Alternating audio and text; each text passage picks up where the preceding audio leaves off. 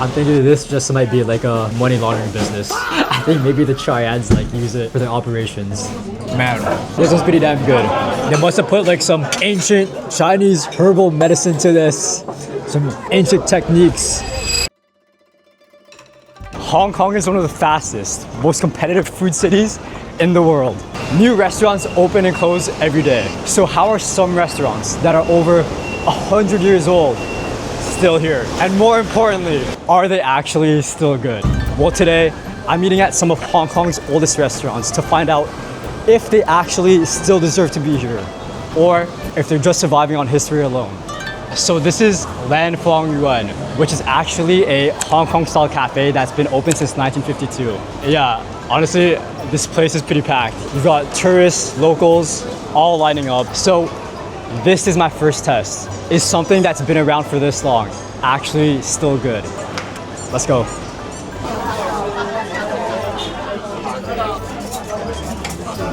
Thank you. Oh, thank you.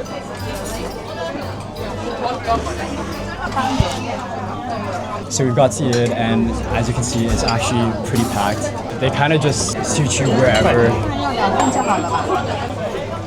Like, we don't even have a table to ourselves. But honestly, I do think that's probably part of the experience in here, right? So this place is actually known for something called the pantyhose milk tea, which basically comes from how they filter the tea itself. It's supposed to be like one of the most iconic Hong Kong drinks, so obviously we've got to try that. And then we've got the Hong Kong style toast, and I'm also going to be trying the scallion oil chicken fillet lu ding. Thank you. Damn, okay, so the food actually came pretty quick. I think it was probably only maybe like 3 minutes tops from when I ordered to when it actually arrived at the table. And as you can see, like right now, I'm just trying to operate through the limited table space that I do have. All right, starting off with the milk tea. Damn, okay, it's actually pretty good. It is silky, rich, creamy. You can almost taste like the years of tradition in this drink. Refreshing. Moving on to the French toast. It's got a nice golden color, crispy, flaky. All right, spread this butter around. Drizzle it with some maple syrup.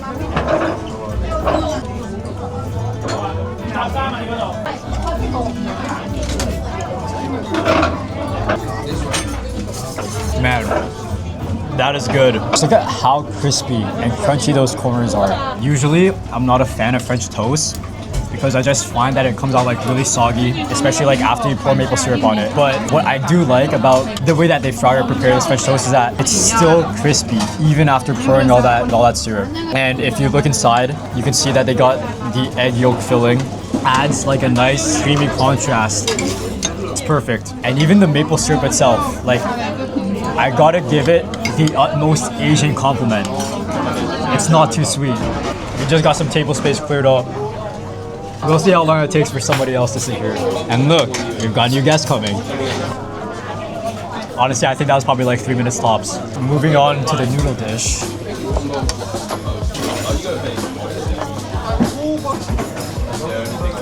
Wow, that chicken is so juicy. Like, look how it's just like glistening. Like very tender, and despite what it looks like on camera, it's not even that greasy. Or it's not even greasy at all, I'd say. Alright, try it and feed me some more lines. It's an elevated instant ramen noodle dish. It's like an elevated instant ramen noodle dish. Definitely a prominent scallion taste. It's got a prominent scallion taste, light soy sauce, a little bit sweet.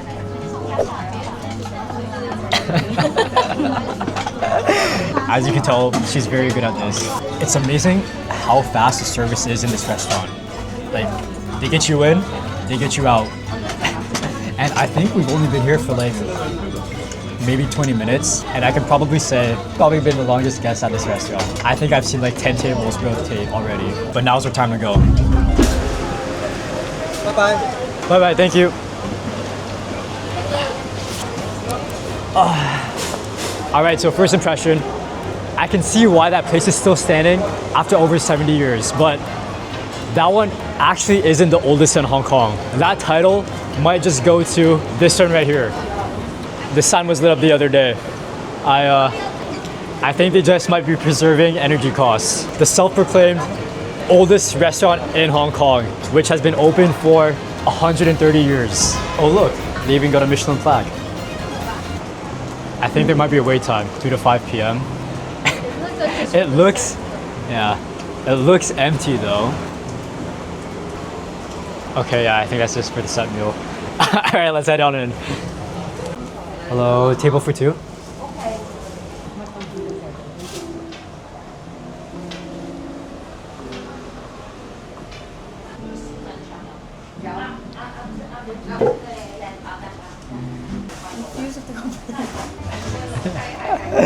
For it being the oldest restaurant, it does feel very like traditional. They even got a shrine going up. I'm wondering how they're still open after 130 years if it's this slow on like a Saturday afternoon. Like it's literally peak lunchtime hours and we're the only ones in here. Yeah, so I don't know. You know what? I'm thinking this just might be like a money laundering business. I think maybe the Triads like use it for their operations and they just kept it going after all this time. Alright, but they've actually got their menu on the table over here. And of course I can't read any of it, but we're definitely not crammed like we were at the last restaurant. So I saw outside that this place is actually famous for their snake soup. So we're gonna be getting that. Where is the snake soup? This one. This one? Yeah. One bowl? One bowl. Is it good? Yeah. Snake soup good? Okay. And then what else do you recommend? Recommend. Fried sliced snake. Yeah. You want a snake? I want a or snake. another? Another snake. Maybe it might be too much. Is there like a small snake dish? Like smaller? A small dish. What? This one? Fried pork ribs. Sure, we'll get the fried pork ribs. Yeah. Something on the safer side. Thank you. I asked for the most recommended one and she gave the highest priced item on the menu. Crazy work. Good saleswoman though. You know, honestly, I probably would have gone for the sliced snake, but I'm out of Hong Kong dollars. You already ate till you're broke. Oh wow. Thank you. Just like the last restaurant, it came out super quick. You know, that's what I respect about Chinese restaurants. The food just comes out like that. The dish is very aromatic. You could smell the spice, the peppers, the pineapple just like coming off of the food.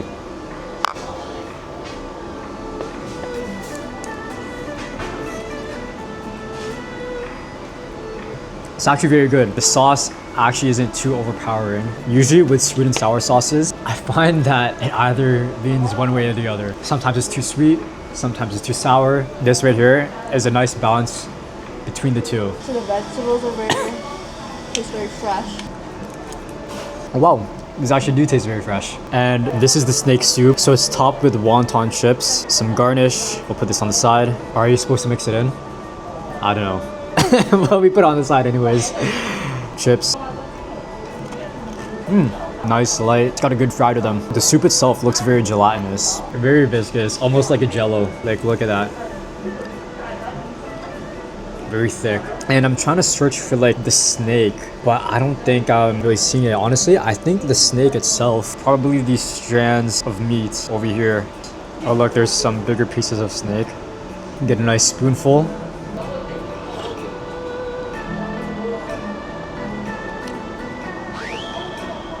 It's actually not bad. The soup itself has a very strong ginger flavor. The mushrooms are soft, tender, and the snake, I hate to say, but it tastes like chicken. That's not too surprising when you actually take a piece of snake and you see just how lean the meat is. I really don't know what I was expecting. I wasn't expecting like scales or anything like that, but I don't know, something else. But mixing the wontons into the soup actually adds a nice crispy texture to the overall soup. It tastes like ancient Chinese herbal medicine. Something that you get if you have like typhus or like scurvy. You know, this is probably what they give like the Chinese sailors. So that last restaurant was open for 130 years, but it was practically empty. So clearly being old isn't enough. Let's see if this next one tells a different story. Thank you. Man, feels like I'm going up a relic of a staircase. There. Table for one. Thank you. Alright, so I'm trying to figure out how to operate the menu here. It is all in Chinese. Okay, after looking at this menu for like 20 minutes, I think I figured out how it operates. So it looks like these numbers over here are the prices. Still have no idea what these actual items are, but clearly I'm gonna avoid this one. So what we're gonna do, we're gonna Russian roulette this and just mark whichever one. Just pick 3 dishes randomly. I guess we're gonna figure out what they are very soon. So Luck UT House is actually listed online as Hong Kong's oldest restaurant, opening all the way back in 1933. Yep. Barbecue pork on page B. Barbecue pork? It's a sweet one. Oh, street pork, barbecue. Okay, thank you. Alright, so it looks like I figured out what these actually are. So it looks like we got 2 very similar looking style buns. I was told that this is actually barbecue pork and this is sweet pork. And I guess I ordered eggplant. It actually looks pretty good. We'll go for the veggies first. And man, this is actually thick. Wow, so they cook that eggplant in very heavy oil. My lips are just coated in grease. I think we're gonna pass on this one. But these pork buns actually do look very interesting. We're gonna start off with the sweet pork bun. It's coated with sesame seeds on top. Break that apart. Give you guys a nice cross section. Nice pork filling.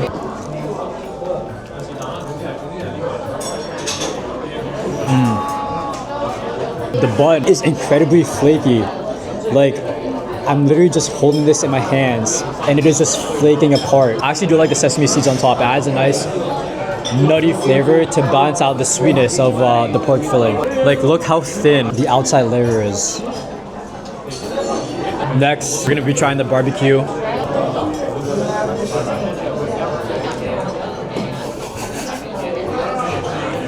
Oh yeah. This one's pretty damn good.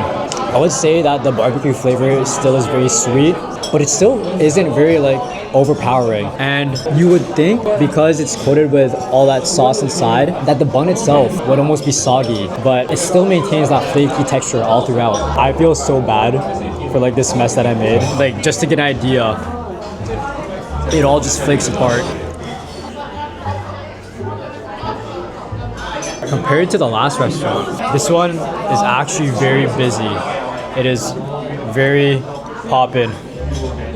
Thank you. When do you finish that one? Oh, full, thank you. Shit, I think he called me out. So, Luck UT House, that one's good, no question. But it's also a little pricey. Like, for those 3 items, man, I spent nearly 40 US. So a lot of people say that Luck UT House is Hong Kong's oldest restaurant, but if you do a little more digging, you'll find that there's actually one that goes back even further. Nearly 200 years, and somehow it's still here. So I'm headed there now to find out what's actually keeping it alive.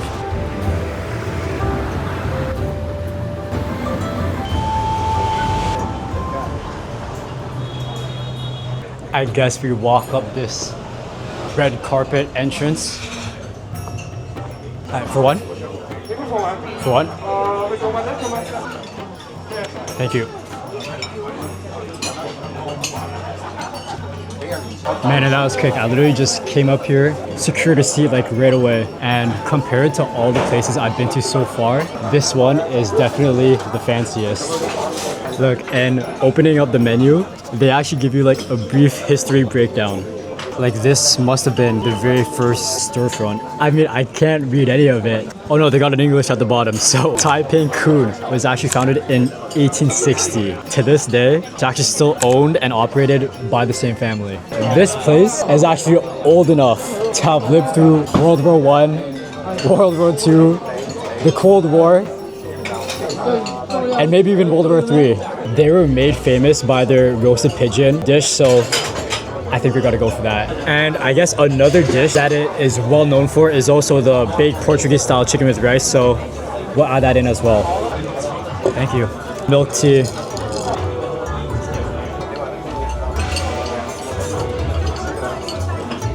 Damn, I've gotta say, this is a lot better than the milk tea that we had this morning. It's got a richer flavor. Straight Hong Kong classic. Man.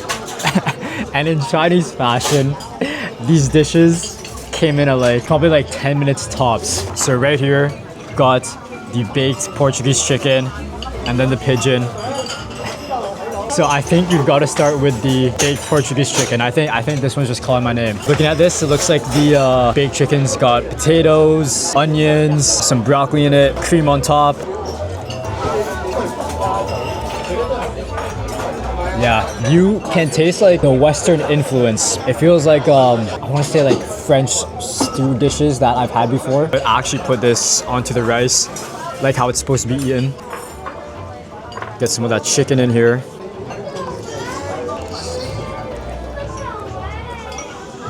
That's good. I actually got a piece of the chicken breast. And even though, you know, chicken breast is usually like very lean, dry, this one is still pretty juicy. Gotta hit this with some more sauce. Wow. That's good. I've been eating this entire day. This like baked chicken is just so good. I'm just devouring it. So good. All right, man. All right. I've got to stop myself before I don't have any more space left for the pigeon. And this pigeon looks great, man. It looks roasted perfectly. Beautiful sear on the outside. I like how they included the head as a garnish. Nice touch. Let's try to get some of the skin on that. There's like no meat at all, I've got to be honest. It is very surreal eating pigeon. Pigeons are practically sky rats. To me, I don't know if anybody else feels the same way. Which is weird though, because like going back a few hundred years, the theme of this video, pigeons were actually very useful as carriers.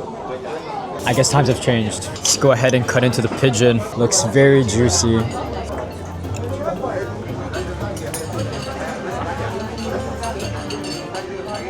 Wow, so that was actually very good. It is super tender. As soon as I bit into it, I just got like a squirt of pigeon juice in my mouth. And the skin was super crispy, had a nice crunch to it. I'd have to say it's almost like akin to duck, but there is a sort of like gamey aftertaste. Let's rip off a bit more of that crispy skin. It's literally like a chip. We may need some of that lemon, but through that gaminess. Maybe a little more than a little. Yeah, I don't think the lemon helped. Thank you. Oh, for that? Okay, thank you. Oh, so I think you actually dipped the pigeon into this as well. You got all the big boys. Okay.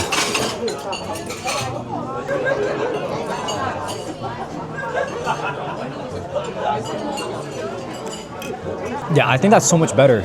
I can't tell if this is just like pure lemon juice or if they added ginger as well. Man, they must have put like some ancient Chinese herbal medicine to this. Some ancient techniques. The food here was actually so good. I see why this place has lasted so long. I think it's time to wrap it up and get out of here. Man, so after eating at some of Hong Kong's oldest restaurants, I see why they've lasted so long. They're not just surviving on history alone, but on good food, tradition, and the people. That's why people keep coming back. And honestly, I would too.